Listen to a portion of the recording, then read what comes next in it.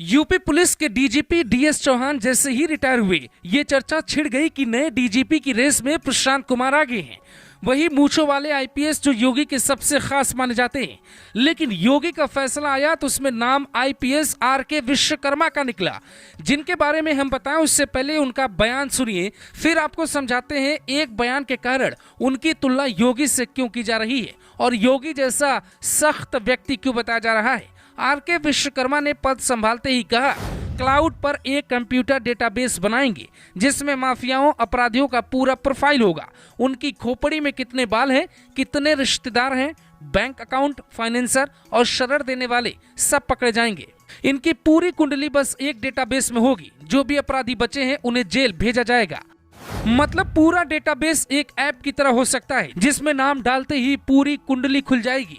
जैसे आप खाना मंगवाते हैं, लोकेशन पता करते हैं, वैसे ही पुलिस अपराधियों का पूरा भूत भविष्य वर्तमान जान जाएगी। ये सुनकर हो सकता है आपको अच्छा लगे, आप ये कहें कि डीजीपी साहब तो बिल्कुल योगी के नक्शे कदम पर हैं, जो हाईटेक बुलडोजर लेकर आने वाले हैं। लेकिन जैसे ही आरके विश्वकर्मा ने ये बात कही, कानून के कई जानकारों ने सवाल खड़े कर दिए और पूछा कि आखिर ये हो कैसे सकता है। ये तो अपराधियों की निजता का उल्लंघन है, संविधान के अनुच्छेद 21 के खिलाफ है, तो ऐसा नहीं। हालांकि अगर कुछ और आंकड़े देखें तो ये बात गलत लगती है। आपको याद होगा 1.5 साल पहले केंद्रीय गृह मंत्री अमित शाह एक बिल लेकर आए थे जिसका नाम था क्रिमिनल प्रोसीजर बिल 2022, जिसके मुताबिक जिस भी व्यक्ति पे आरोप सिद्ध हो चुका है या आपराधिक मामलों में उसकी गिरफ्तारी हुई है, पुलिस उसका शारीरिक जैविक नमूना ले सकती है, जिसमें अपराधी की लंबाई, वजन, फिंगरप्रिंट, हथेली प्रिंट, फुटप्रिंट, फोटो, आइरिस और रेटिना यानी आंखों का सैंपल, डीएनए टेस्ट, साइन और कई डिटेल ले सकती है। इसका फायदा ये होगा कि अगर वो दूसरी बार अपराध करेगा तो पुलिस एक बार में समझ जाएगी कि ये वही व्यक्ति है और पुलिस की नजर से बचकर ज्यादा दिनों तक भाग नहीं सकेगा।